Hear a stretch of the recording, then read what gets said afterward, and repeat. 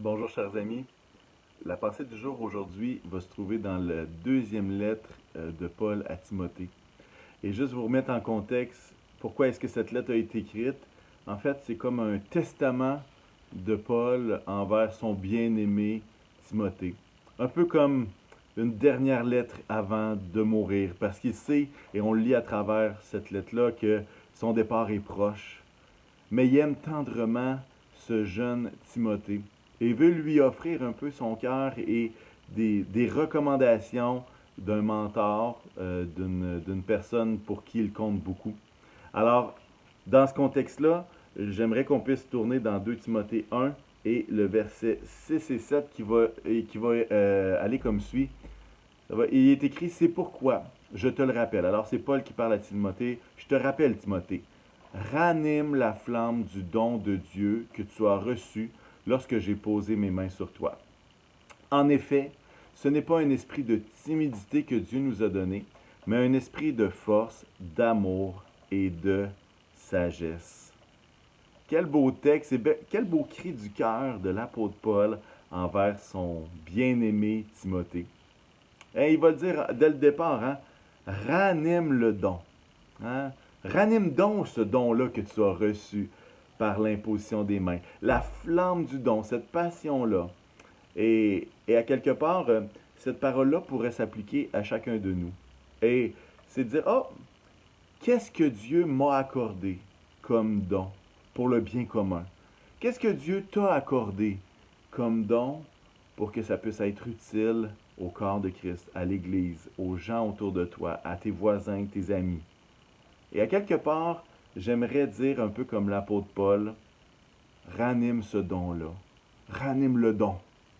Ranime le don afin qu'il puisse justement servir, et non pas juste servir, mais également t'amener dans cette flamme-là du don de Dieu. L'idée d'une proximité, l'idée d'être passionné par ce que Dieu nous a remis afin de pouvoir le remettre aux autres.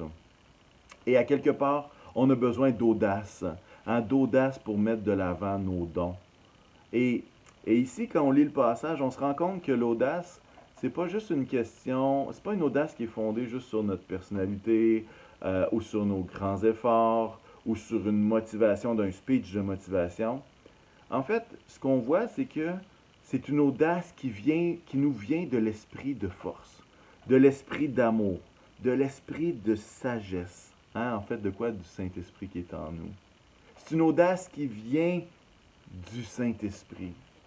Et à quelque part, j'aimerais nous encourager dans nos temps avec lui à puiser jour après jour dans cette force-là qui vient de l'Esprit, dans cette force-là qui vient de Dieu. Hein? Puis on en a besoin de cette force-là, hein? Pour prendre des décisions qui ne sont pas faciles, pour continuer à avancer même quand c'est difficile, hein? Pour faire le bien même si parfois on récolte le mal.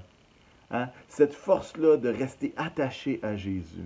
Oh, qu'on en a besoin. Et même dans nos temps avec lui, hein, on a besoin de puiser jour après jour dans cet amour-là, cet esprit d'amour, comme le texte nous le dit. Hein, l'idée que nous sommes aimés, qu'on est adoptés, qu'on est précieux. Et je ne sais pas s'il y a quelqu'un d'entre nous qui peut se dire assez fort pour se permettre de négliger, d'entendre les paroles d'affirmation de Dieu envers nous, soit en lisant la parole, soit en laissant Dieu nous parler. Chacun de nous, on a besoin de cet amour merveilleux, jour après jour.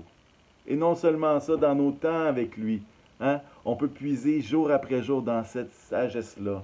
La parole nous dit que la sagesse d'en haut est pure, elle est pacifique, elle est modérée, elle est conciliante, elle est pleine de miséricorde, elle produit de bons fruits et elle recherche la paix.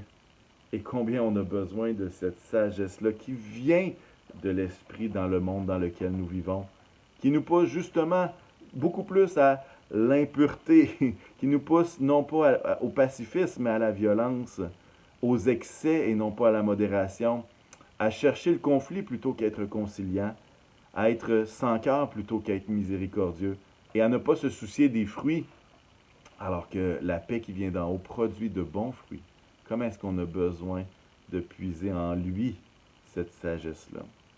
Et dernière petite chose que j'aimerais vous mentionner, c'est que lorsque l'apôtre Paul va dire, en effet, ce n'est pas un esprit de timidité que Dieu nous a donné, mais un esprit de force, d'amour et de sagesse.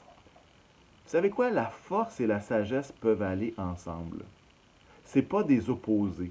Hein? On a besoin de cette force-là et de cette sagesse. La sagesse pour canaliser notre force vers ce que Dieu nous demande de faire avec audace. Non pas avec timidité, mais avec audace.